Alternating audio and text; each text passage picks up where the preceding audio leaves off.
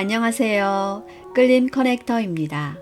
오늘은 아보도르 후나세 슌스케 기준성 지음의 우리가 몰랐던 면역혁명의 놀라운 비밀이란 책을 준비했습니다.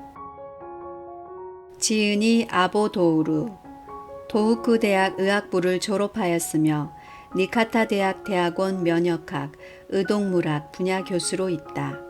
백혈구의 자율신경 지배 메커니즘을 최초로 해명했으며 면역학의 세계적인 권위자로 인정받고 있다. 저서로는 아보도르 체온 면역력, 암을 이기는 면역요법, 사람이 병에 걸리는 단 2가지 원인, 암은 낫는다, 고칠 수 있다, 면역혁명, 약을 끊어야 병이 낫는다 등 다수가 있다. 지은이 후나세 슌스케, 와세다 대학 제1문학부 사회학과를 졸업하였다. 재학 시에는 미일 학생회의 일본 대표로 미국을 방문하여 렐프 레이더가 이끄는 조직 및 미국 소비자연맹과 교류를 시작하였으며 졸업 후에는 일본 소비자연맹의 출판, 편집 활동에 참여하는 한편 환경, 의료, 식품, 건축 등의 문제를 중심으로 평론, 집필, 강연 활동을 하고 있다. 저서로는 항암제로 살해당하다, 1, 2, 3, 약 먹으면 안 된다, 암은 낫는다, 고칠 수 있다 등 다수가 있다. 지은이 기준성, 동의부항을 개발하고 네거티브 요법을 창안하였으며 자연식 동호회 회장, 한국자연식협회 회장, 동의부항학회 회장 등을 역임하였다. 저서로는 병원 가지 않고 고치는 암 자연요법, 누구나 쉽게 하는 동의부항 건강법, 암은 낫는다, 고칠 수 있다, 암혁명 등 다수가 있다. 챕터 1 사람을 살리는 면역혁명 아보도르 병의 원인을 먼저 알아야 한다. 오늘날 대부분의 선진국에서 이루어지고 있는 의학은 유럽이나 미국을 중심으로 해서 약 100년 전에 시작된 서양의학이라고 말할 수 있다. 해부학, 생리학, 생화학, 병리학 등에서 시작하여 위생학, 면역학, 양리학이 추가되었고 임상의학 또한 이 학문들과 같이 발전해 왔다. 그러는 한편 인도와 중국, 한국과 일본 등의 아시아 국가에서는 옛날부터 전통적인 동양의학이 이루어지고 있었다. 하지만 동양의학은 과학적인 방법에 의한 분석적 연구를 하지 않았기 때문에 과학적인 의학으로는 진입할 수 없었다고 생각된다. 그래서 오늘날에는 현대의학 이꼴 서양의학이 되어버린 것이다. 그러나 최근 들어서 분석적 연구가 계속되던 현대의학을 기반으로 한 현대의료에서 문제가 드러나고 있다. 대부분의 병의 원인을 명확하게 하지 않은 채 대증요법으로 대량의 약을 처방하는 흐름으로 빠졌기 때문이다. 대증요법을 오랜 기간 동안 계속하게 되면 병이 나을 수 없기 때문에 의료에 대한 불신이 생기기 마련이다. 그리고 기초연구는 많이 진행되고 있으며 대량의 영문 학술 논문들이 발표되고 있지만 왜 병이 생기는지를 해명하기까지에는 이르지 못하고 있다. 이러한 문제들에 대해서 생각을 해볼 필요가 있다. 의료를 하는 현장에서는 검사를 많이 한 뒤 그 검사 결과 자료에 따라서 대증요법으로 약을 처방하고 있다. 그러나 어디까지나 대증요법이기 때문에 병이 낫지 않아서 의사도 자신감을 잃어가고 있는 것 같다. 자신감이 없는 의사가 환자들에게 질문을 받으면 환자를 불안하게 만들거나 그냥 가이드라인대로 진료를 하게 된다. 따라서 앞으로의 의학은 분석 연구에 추가하여 몸 전체의 시스템을 이해하고 병에 걸리는 이유를 해명해야만 한다. 몸은 기계와 같이 부분과 부분이 장애를 일으켜서 병에 걸리는 것이 아니라 환경의 혹독함이나 무리한 생활 등으로 인해 몸 전체의 장애가 때로는 몸의 일부에 반영되는 형태로 나타나기 때문이다. 최근 들어 유전자나 분자의 연구가 많이 발전하게 된 것은 바람직한 일이지만 이로 인해 병은 유전자 변이가 원인이 되어 일어난다고 생각하는 경향이 강해져서 사고가 좁아지게 된다. 38억 년이나 걸려서 진화된 생명체가 언제나 유전자 변이를 일으켜서 병에 걸린다고 생각하는 것은 아무래도 무리가 있다. 오히려 인간 능력의 한계를 넘는 환경에 노출되거나 힘든 생활을 하게 될 때 이것이 잘못되어서 병에 걸린다고 하는 것이 자연스러운 사고이다. 다시 말해서 심한 스트레스를 받아서 살아가는 능력의 한계를 넘을 때 병에 걸리는 것이다. 시대나 국가에 따라서 스트레스를 주는 요인들이 바뀐다. 일본을 예로 들면 제2차 세계대전 이후 가난했던 시대에는 추위와 배고픔, 육체적 중노동이 스트레스가 되어 병에 걸렸다고 생각한다. 오늘날의 일본에는 이러한 상황은 없어졌으나 스트레스 자체는 다른 모습으로 영향을 주고 있다. 오늘날의 스트레스로는 장시간의 노동, 마음의 고민, 약의 과다 복용 등을 들 수 있다. 그 다음으로는 이러한 스트레스가 어떻게 해서 병으로 이어지는가 하는 구조를 이해할 필요가 있다. 여기에서 중요한 것은 몸 전체를 총괄하는 시스템을 이해하는 것이다. 하나는 자율신경의 움직임이고 또 하나는 스테로이드 호르몬, 특히 당질 코르티코이드의 분비이다. 원래 이러한 생체 반응은 긴급 사태를 해결하기 위한 중요한 반응이다. 특히 교감신경의 자극으로 분비된 아드레날린이나 당질 코르티코이드는 혈당을 높이고 체온을 떨어뜨린다. 그리고 위험에 대처할 수 있는 순발력과 관계된 에너지는 산소를 싫어하는 혐기성 해당계에서 생산된다.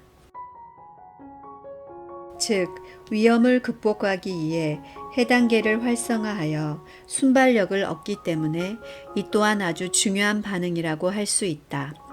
그러나 스트레스가 지속되면 몸의 위기 대처를 위해 만들어진 이 고혈당과 저체온이 대부분 만성병을 불러일으키게 만든다. 따라서 앞으로의 의학은 이렇게 몸 전체를 조절하는 시스템을 이해하는 것에서부터 시작해야 한다. 병이 생기는 메커니즘. 단세포 생물이 존재하던 시대에 산 증인이나 다름없는 대식세포는 면역계 세포의 뿌리와 같다. 우리 몸을 질병으로부터 보호하는 기능을 담당하는 모든 세포들이 대식세포에서 파생된 것이다. 가장 먼저 완성된 외배엽 세포를 제외한 모든 중배엽 세포의 기원이 바로 대식세포이다. 성숙된 대식세포와 비교하여 중배엽으로 분화한 미성숙한 세포를 중간엽 줄기세포라 한다. 중간엽 줄기세포는 성숙된 대식세포와 마찬가지로 온몸 구석구석에 분포하고 있다. 하등생물인 다세포 생물 가운데 면역 기능을 담당하는 세포는 모두 대식세포의 일종이다. 다세포 생물이 척추동물로 진화하는 과정에서 가립구와 림프구가 파생되었고 이후 가립구는 호중구를 시작으로 호상구와 호염구로 분화되었다. 한편 림프구는 NK세포, T세포, B세포로 분화하여 오늘날에 이른다. 모든 포유동물은 이들 면역세포를 전부 갖추고 있으며 이를 백혈구라 부른다. 인체의 혈액을 구성하는 성분으로 적혈구와 백혈구가 있다. 이들 모두 대식세포에서 진화한 세포들이다. 대식세포가 헤모글로빈을 생성하고 산소를 운반할 목적으로 파생시킨 세포가 적혈구이다.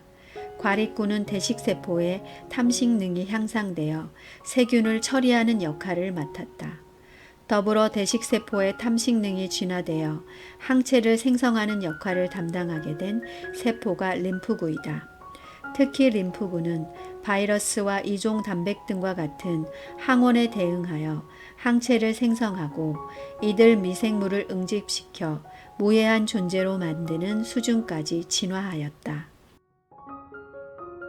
과립구는 구체적으로 세균과 진균을 처리한 다음 화농성 염증을 일으킨다. 혈액 내에서 과립구가 차지하는 비율도 60%로 가장 많다. 높은 수치만으로 체내에서 과립구의 작용이 얼마나 중요한지 미루어 짐작할 수 있을 것이다. 일상적인 활동을 하다 보면 상처를 입게 되는 일은 다반사다. 과립구는 이런 때에 상처 부위를 통하여 침입해 들어오는 세균과 싸울 채비를 하고 항시 대기하고 있는 것이다. 현대의학에는 이상과 같은 과립구의 기능만 중시하는 편증된 시각이 존재한다. 그러나 세균 처리라는 중책을 맡고 있는 과립구일지라도 지나치게 증가하면 조직을 파괴하는 병을 유발시킬 수 있다. 이 사실을 우리는 절대 간과해서는 안 된다. 대부분의 과립구는 골수에서 만들어져 이곳에 저장된다. 또는 말초혈관에 분포하기도 하며 혈액을 타고 돌아다니면서 소화기관의 점막이나 피부의 모근 등에 상재하는 세균을 찾아간다. 이처럼 과립구는 상재균이 몸속으로 침입할 때를 대비한 세포이다. 적당한 수의 과립구가 혈액을 통하여 체내 경비태세를 갖추는 것만큼 중요한 기능도 없다. 하지만 문제는 대량의 과립구가 몰려들 때이다. 과다한 스트레스로 인하여 교감신경의 긴장 상태가 지속되면서 과립구를 자극하고 증식시킨다.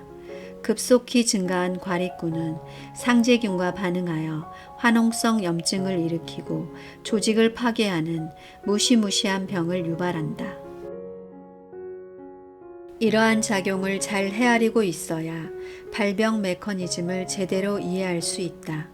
과립구가 비정상적으로 증가하면 점막과 피부뿐 아니라 체내의 상재균이 거의 존재하지 않는 기관도 조직 파괴를 일으키게 된다.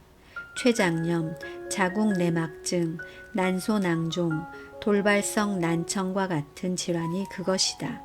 메니에르 증후군의 경우도 과립구가 증가하여 내이의 방골이관을 공격하기 때문에 유발되는 병이다. 과립구는 스트레스가 지나칠 경우 생산기관인 골수에 직접적으로 화농성 염증을 일으킬 때도 있다. 이것이 바로 골수염이다.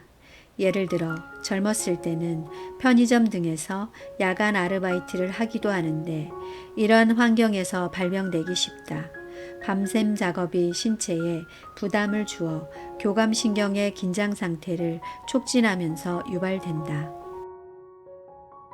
특히 현대사회는 심적 부담이 가중되기 쉬운 환경의 연속이다. 때문에 스트레스는 우울증과 같은 정신질환을 유발시킬 뿐만 아니라 조직을 파괴시키는 병까지 일으키는 원인이 되기도 한다. 이러한 과정에 과립구가 밀접히 관계하는 것이다. 혈액 속 백혈구 중에서 나머지 35에서 40%를 차지하는 세포가 림프구이다. 림프구의 기능은 참으로 다양하다. 외부로부터 침입해 오는 이물질에 대항하여 항체를 만들고 이들 물질을 응집시켜 무독한 존재로 만든다. 이 밖에도 체내에서 생성되는 이물질과 비정상 세포를 처리하는 작용도 한다. 예를 들어 암세포를 제거하는 역할도 림프구의 몫이다. 림프구는 혈액뿐만 아니라 림프절, 췌장, 장관 점막에 존재한다. 림프구의 기능 가운데 흥미로운 점은 항원을 만난 후에 항체의 클론을 증식시키고 확대시킨다는 것이다. 흔히 말하는 감염증의 잠복기이다.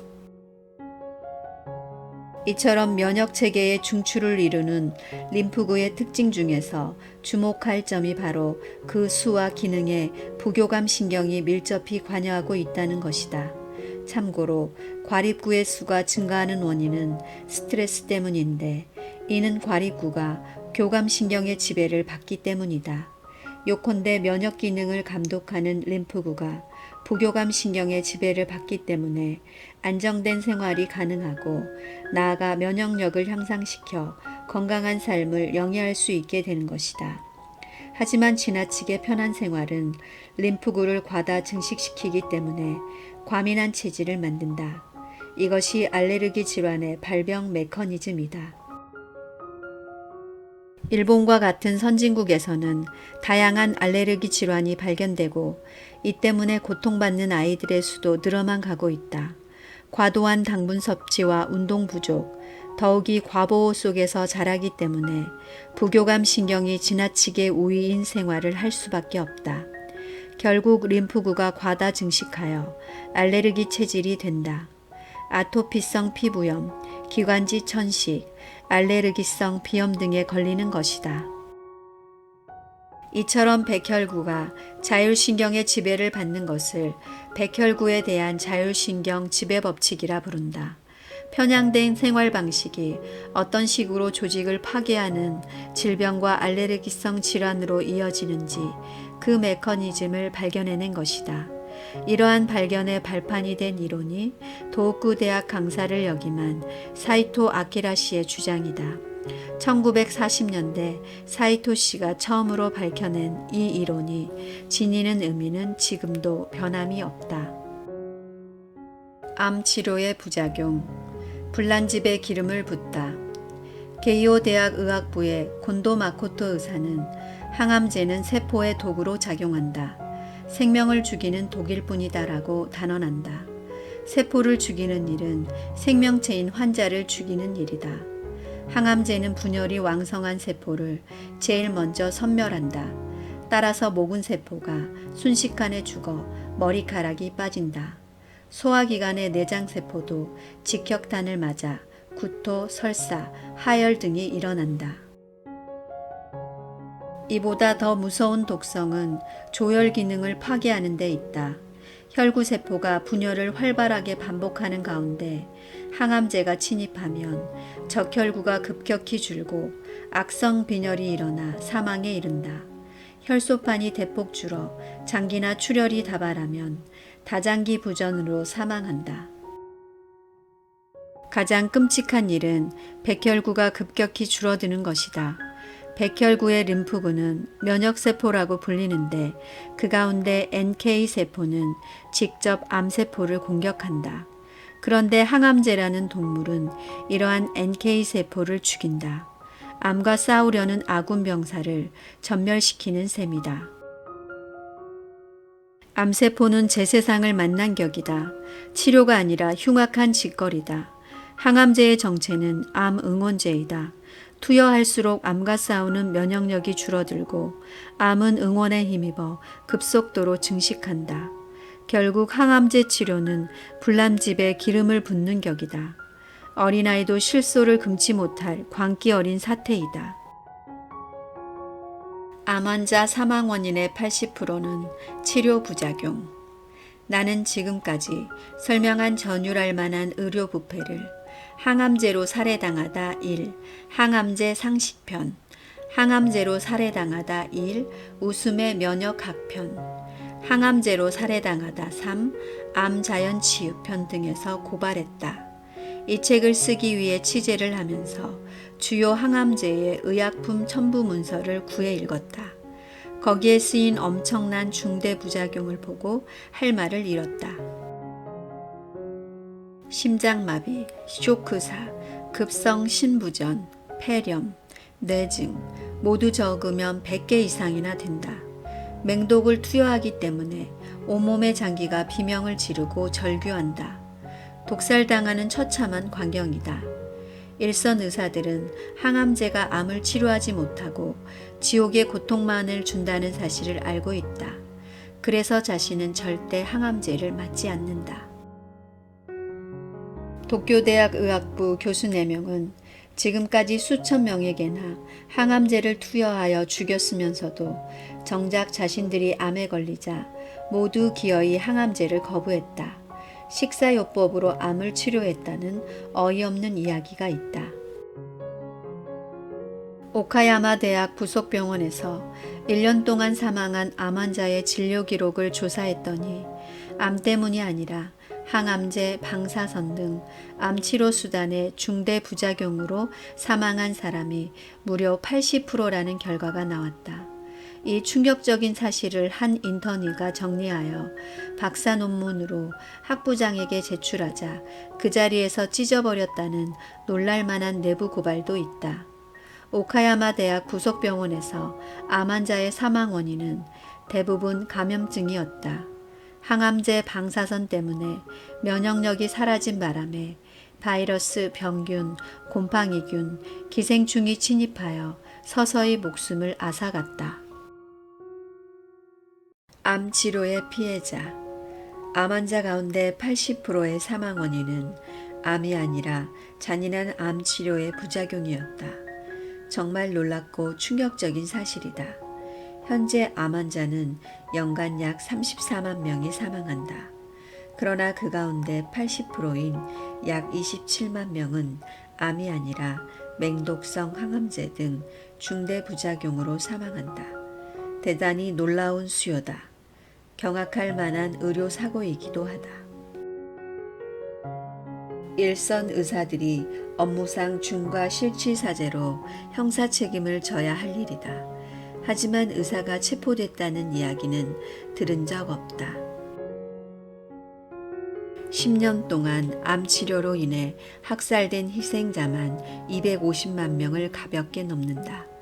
2차 세계대전 후 65년 동안 암 치료의 중대 부작용으로 인한 희생자 수는 1,500만 명을 훨씬 넘는다는 점은 확실하다.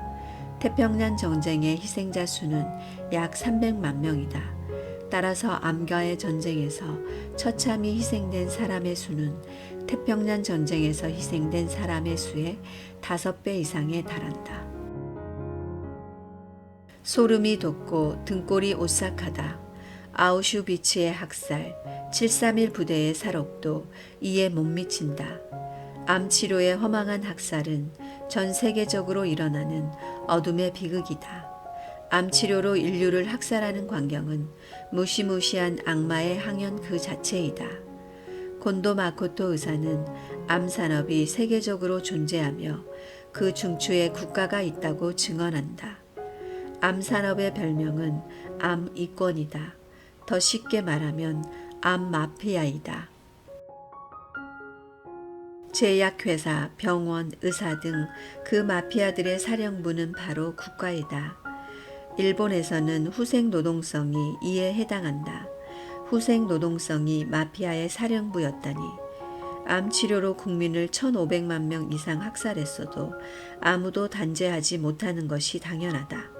국가가 마피아의 중추이다. 그들은 자신의 죄를 스스로 심판하는 짓은 어리석다고 생각한다. 항암제 주사 하나에 700만 엔. 내 책을 읽은 사람들은 망연자실하여 묻는다. 의사와 병원은 어떻게 그런 끔찍한 일을 태연히 할 수 있죠? 나는 이렇게 답한다. 까무러칠 정도로 많은 돈을 벌기 때문이죠. 나는 신형 항암제 가격을 알아보고 나서 쓰러지는 줄 알았다. 0.1g에 7만 엔이라니. 1ml에 70만 엔이다. 10ml 주사기로 한 대 맞으면 700만 엔이나 든다. 맹독성 물질에 항암제라는 라벨을 붙여서 다이아몬드로 만드는 셈이다. 실로 현대판 연금술이라 할 만하다.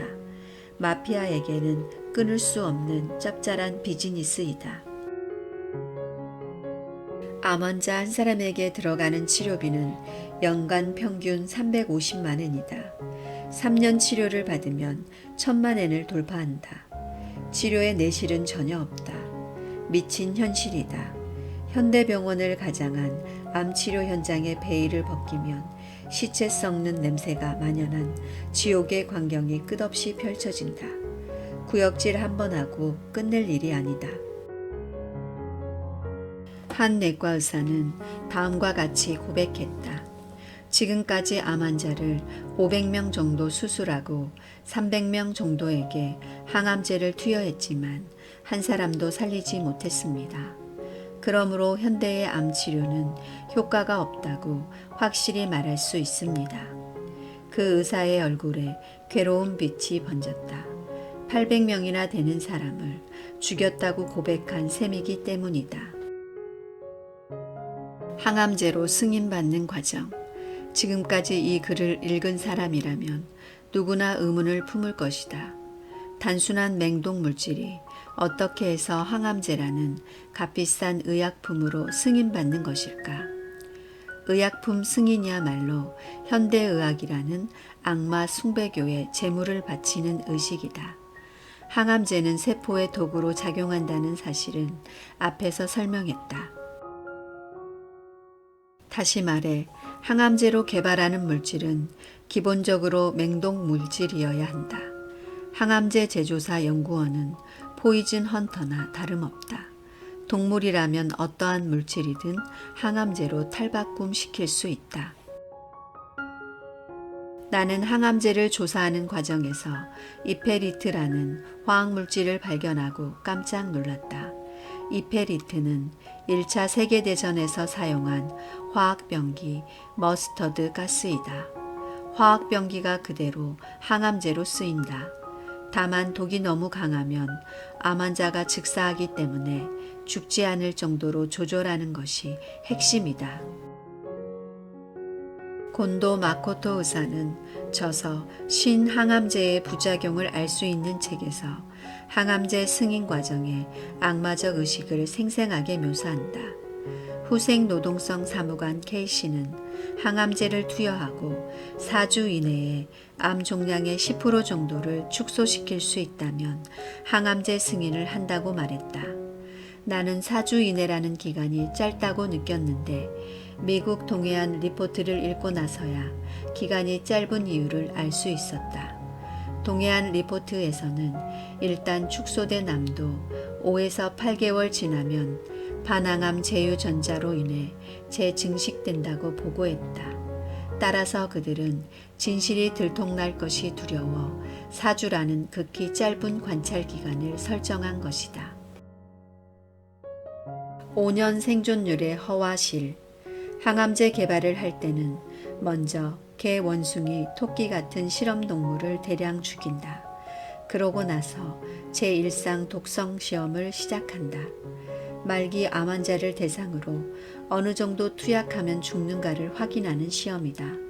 환자 본인에게는 생체 실험 대상이 되었다는 사실을 절대 알려주지 않는다. 이는 예전에 731 부대가 실행했던 생체 실험과 전혀 다른 점이 없다. 연구자가 하는 행위는 살인행위나 다름없다. 법적으로 살인죄이다. 이 정도 주사하면 죽을 수도 있다라고 인식하고 투여하여 죽음에 이르게 하면 미필적 고의살인에 해당한다. 항암제 시험이 계속되는 와중에 결과가 나쁜 데이터는 탈락하여 쓰레기통에 처박힌다. 의학회 발표장 로비에서 의사들은 다음과 같은 대화를 나눌 것이다. 효과 없는 약을 이렇게 사용해도 될까? 고용암에는 전혀 효과가 없네. 다 연구비랑 업적을 위한 거야. 이런 식으로 5년 생존율 같은 데이터가 조작된다. 어느 대학병원에서는 22년 동안 췌장암 환자의 5년 생존율이 0.7%인 것을 20%로 부풀려 발표했다. 의학 데이터의 정체는 다 이런 식이다. 순진하게 믿으면 바보다. 면역력을 키워라. 로버트 맨델존 박사의 고발처럼 의사가 실시하는 시험과 연구 자체가 엉터리이다. 신약 연구 현장은 환자라는 재물을 악마 숭배교에 바치는 제단과 같다.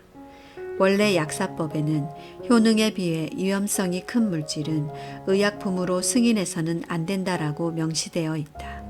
이를 적용하면 항암제는 다 탈락되어야 한다. 모든 항암제는 그 존재 자체부터가 약사법 위반인 것이다. 당장 승인을 취소해야 한다. 게다가 세계 최대 제약회사 화이자가 판매하는 플라토신 같은 위법 항암제도 존재한다. 플라토신의 의약품 첨부 문서에는 유효 데이터가 한 줄도 기재되어 있지 않다. 즉, 효과성 제로이다. 또 부작용 조사란에는 실시하지 않았음이라고 당당하게 기재되어 있다. 의약품 첨부 문서 자체가 약사법을 짓밟은 셈이다. 당연히 약사법 위반이다. 항암제 승인 과정에서 부패, 타락, 무책임함이 있음을 스스로 입증하고 있다. 자연치유의 저자 앤드루 와인 박사는 하버드 대학교 의학부에서 공부한 인재이지만 대학교에서 배운 치료는 절대 나에게는 적용하고 싶지 않다라고 본심을 드러냈다. 그리고 현대의 병원에서는 저주를 퍼붓는 흑마술을 일상적으로 행한다고 비꼬며 통렬하게 비판한다. 명저 면역혁명의 저자이자 니카타 대학 대학원 교수인 아보도우르 의사는 다음과 같이 단언한다. 약을 끊으면 병이 낫는다. 면역력을 키우는 가장 빠른 지름길은 약에서 해방되는 것이다. 세계 의료를 지배하는 악마 숭배교를 당당하게 비판하는 용기 있는 의사들이 속속 나오고 있다. 그들이 미래의 신의학을 짊어질 의사들이다. 챕터 3 혈액을 맑게 하는 동의부항 건강법 기준성 건강을 위한 35가지 조언 1. 암, 다정한 친구 대하듯 순리대로 다스리면 두렵지 않다. 암은 어떤 경우나 국소병이 아닌 혈액 오염에 의한 전신질환으로서 환부만 수술해서 완치되는 병이 아니다. 이제까지의 잘못된 생활 습관과 방식을 바꾸고 몸의 자연성을 회복하면 자연 치유도 어렵지 않다. 암을 마치 나를 괴롭히는 원수로 여기고 적대적인 선멸작전으로 공격을 하면 걷잡을 수 없이 흉포해지기도 하지만 나의 잘못된 삶의 방식을 일깨워주는 다정한 친구 대하듯 마음을 열고 암과 대화를 시도하면 다시 없이 온순하게 치유 기전에 협력, 동참하는 귀여운 신생물이 되기도 한다. 마음먹기에 따라 적이 아닌 친구로 만들 수 있는 것이다. 2. 바람의 원인은 스트레스와 잘못된 식생활에 있다. 우리 몸에서는 하루에도 6,000개 이상의 암세포가 생성 소멸하지만 그렇다고 누구나 암에 걸리는 것은 아니다. 암세포를 제어하는 백혈구, 림프구 등 면역세포가 내 몸 안에 있기 때문이다. 그러나 불안, 갈등, 분노, 증오심으로 스트레스가 쌓이면 면역 시스템이 흐트러져서 바람의 호발 조건이 된다. 동의부항으로 하는 네거티브 요법은 피를 맑게 하고 면역세포를 활성화하여 암 예방과 치료에 효과가 있다. 식생활에서 육식과 가공식, 삼백식을 삼가고 현미, 채식 등 자연식을 실천하면 몸과 마음이 정화된다. 자신도 모르게 잘못 길들여진 미각의 노예가 되지 말아야 한다. 3. 암은 네거티브 요법으로 치유된다. 질병을 다스리는 2가지 방법이 있다.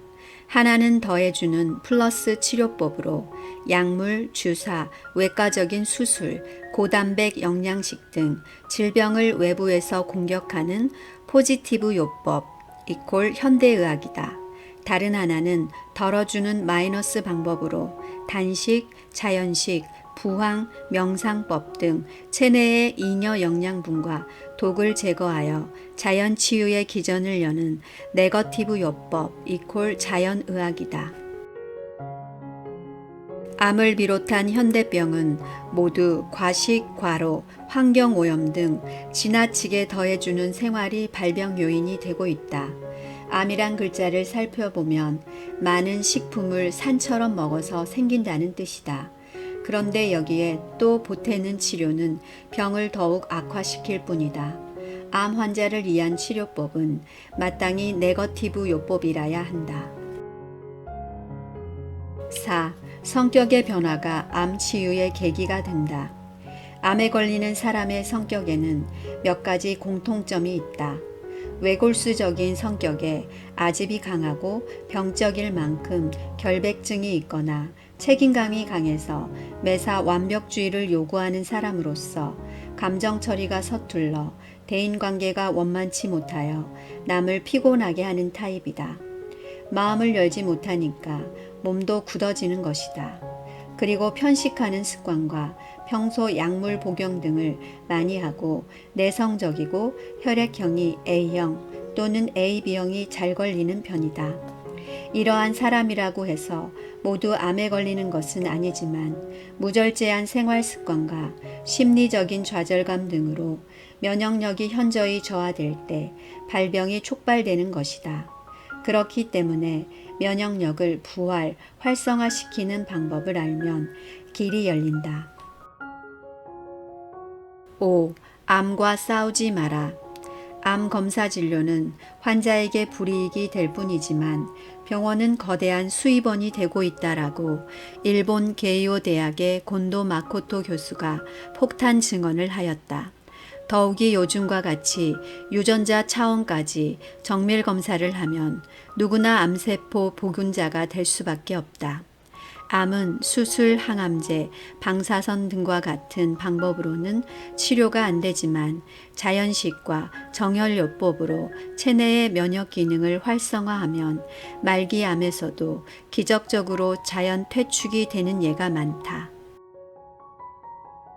6. 부자나 권세 있는 사람은 암을 고치기 힘들다. 가난 말기에 이른 부자가 돈을 물쓰듯 하며 수백 년생 산삼, 사양, 백사 등 고가 희귀약을 실컷 복용하고도 효염 없이 세상을 떠났다. 또 어느 고관 출신은 인류 호화병동 특실에서 주치의를 매일 만나 최고의 의료 서비스를 받았지만 결국은 죽고 말았다. 이와 반대로 가난하여 병원 치료를 받을 수 없는 처지였지만 자연건강 어록을 보고 집에서 자연식과 부항요법을 열심히 하여 말기암을 완치한 사례가 있다. 7. 동물성 고단백질 등 영양 공급이 암세포를 키운다. 병원에서 수술은 성공적이었는데 사람은 죽었다는 예도 있다. 수술이 잘 되었으니 이제 영양을 보충하여 체력을 빨리 회복하려는 생각에 육류 등 고단백 고칼로리식을 하게 되면 암세포가 힘을 얻어 빨리 퍼지는 것이다. 암세포는 정상세포와 달리 엉성하면서도 빨리 자라는데 단식이나 자연식 같은 기하요법을 하면 성장이 억지되고 붕괴가 촉진된다. 8. 암세포는 혐기성 생물이어서 산소를 싫어한다. 암 종양이 있는 자리는 정상세포와 달리 산소 공급이 잘 안 된 무산소증의 상태가 되어 있다. 따라서 환부에 산소를 풍부히 공급하는 산림욕, 대기요법, 모래찜질, 부항요법 등이 효과가 있다. 암에 좋다는 먹거리는 모두 산소 강화식품으로서 버섯 종류, 마늘, 인삼, 신선초, 녹황색 야채, 율무, 김, 미역, 다시마 등이 효과가 있다. 9. 몸과 마음이 찬 사람이 암에 걸리기 쉽다. 체질이 양성에 치우치면 심장병이나 고혈압에 잘 걸리고 음성이 과다한 저체온 체질은 암에 걸리기 쉽다. 사람은 음양의 조화가 잘 되었을 때 건강하고 균형이 깨지면 병이 생기는 것이다. 암세포는 열에 약하기 때문에 몸 안에서 가장 체온이 낮아 냉이 있는 곳에 생긴다. 그러므로 매사에 감동과 감사한 마음을 갖고 몸을 항상 따뜻하게 해야 한다. 환부에 수건을 깔고 전기 다리미를 이용해서 뜨거운 온열요법을 해도 효과가 있다. 10. 뜻있는 곳에 길이 있고 마음 먹은 대로 이루어진다. 몸과 마음은 불가분의 표리 관계에 있어 마음은 주인이고 몸은 그를 담는 그릇과 같다. 따라서 몸은 마음 먹은 대로 따라 움직일 뿐이다. 암에 걸렸어도 낫는다는 생각을 되풀이하면 긍정적인 자기 암시에 의해 몸도 그와 같이 작용하게 된다. 멀쩡했던 사람이 병원에서 암이란 말을 듣고 갑자기 상태가 악화되고 중환자처럼 되어버리는 수도 있다. 이처럼 마음 상태가 중요하다. 항상 긍정적인 마음을 갖도록 노력해야 한다. 10일. 적은 밖에 있는 것이 아니라 내 안에 있다. 건강이 허물어지는 것은 그 원인이 밖에 있는 것이 아니다. 바로 나 자신이 만드는 것이다. 과식과 과로, 무절제한 습관 속에서 건강을 약이나 병원에만 의존하려는 데서 병을 자초하고 더욱 키우는 것이다. 바둑에서 자충수를 두고 축구 경기에서 자살골을 차 넣듯 기껏 꾀를 낸다는 것이 죽을 꾀를 쓰고 자멸하는 것과 같다. 12. 의료 서비스 상품은 공급자에 의해서 일방적으로 강매되고 있다. 과거에 경기도 도립병원장으로서 우리나라에서 최고로 수술 잘하기로 소문난 고 김주환 박사가 말년에 자신의 갑상선암과 후두암으로 3번이나 수술을 받고도 결국은 성대와 갑상선의 결손인간이 되어 발병 3년 만에 불기에 객이되었다. 그가 남긴 유고집에서 다음과 같은 글은 매우 충격적이다. 의사로서 존경받는 신분으로 남을 치료할 때는 몰랐는데 환자가 되어 비로소 깨닫게 된 것은 자본주의 사회에서 모든 상품의 가치는 공급자에 의해서 결정되는 것이 아니라 수요자에 의해서 매겨지는 것인데 오직 의료 서비스라는 상품만은 수요자의 뜻과는 달리 공급자 중심으로 일방적으로 강요되고 있으니 이는 시장 원리에도 맞지 않는 의료 폭력일 뿐이다. 13. 코미디 황제의 최후. 코미디 황제 이주일이 폐암 선고를 받고 국립암센터에서 집중적인 최신의 항암제 치료를 받았으나 효험 없이 10개월 만에 끝내 불기에 객이 되고 말았다. 그는 병상에서 마지막 순간까지도 금연 캠페인을 벌이며 사회봉사활동을 하였는데 국가적으로도 아까운 인재의 상실이 아닐 수 없다. 만약 그가 일세를 풍미한 유명인이 아니고 병원 치료를 그렇게 서둘지 않았더라면 어찌 됐을까? 암이란 그렇게 금방 악화되는 급성 질환은 아니다. 만성 혈액염증성 질환으로서 손을 쓰지 않고 그대로 방치해 두어도 금방 악화되지 않는다. 주먹만한 암덩어리를 몸속에 지닌 채 큰 불편 없이 10여 년씩 활동하는 사람도 있고 병원에서 말기라고 포기한 상태에서 퇴원하고 집에 돌아간 후에 현미 채식을 열심히 한 결과 기적적으로 종양이 자연 퇴축되었다는 사람도 있다. 14. 야채 수프 건강법. 야채 수프를 마시는 사람이 늘면서 말기암, 당뇨병, 치매에도 효용을 보았다는 사례가 보고되었다. 여성의 경우 폐경 후에 장복했더니 생리가 되돌아오고 65세 할머니가 아기를 낳았다는 징기록도 있다. 야채 수프 만들기. 기본 재료 무 4분의 1개, 무잎도 마찬가지. 무잎은 가을에 시래기로 말려두었다가 사용한다. 당근 2분의 1개, 우엉 4분의 1개, 작은 것은 2분의 1개, 표고버섯 1개, 단 햇볕에 말린 것. 만드는 방법. 이상의 재료를 잘 씻어 껍질채 적당한 크기로 썰어서 유리그릇 같은 약탕기에 넣는다. 3배의 물을 붓고 1시간가량 끓여서 식힌 다음 냉장고에 보관한다. 이렇게 만든 야채 스프를 수시로 마시는데 하루 600cc 이상 복용한다. 꼭 기본을 지켜야 한다. 다른 야채를 섞어 넣으면 화학작용의 변화로 효과가 없다.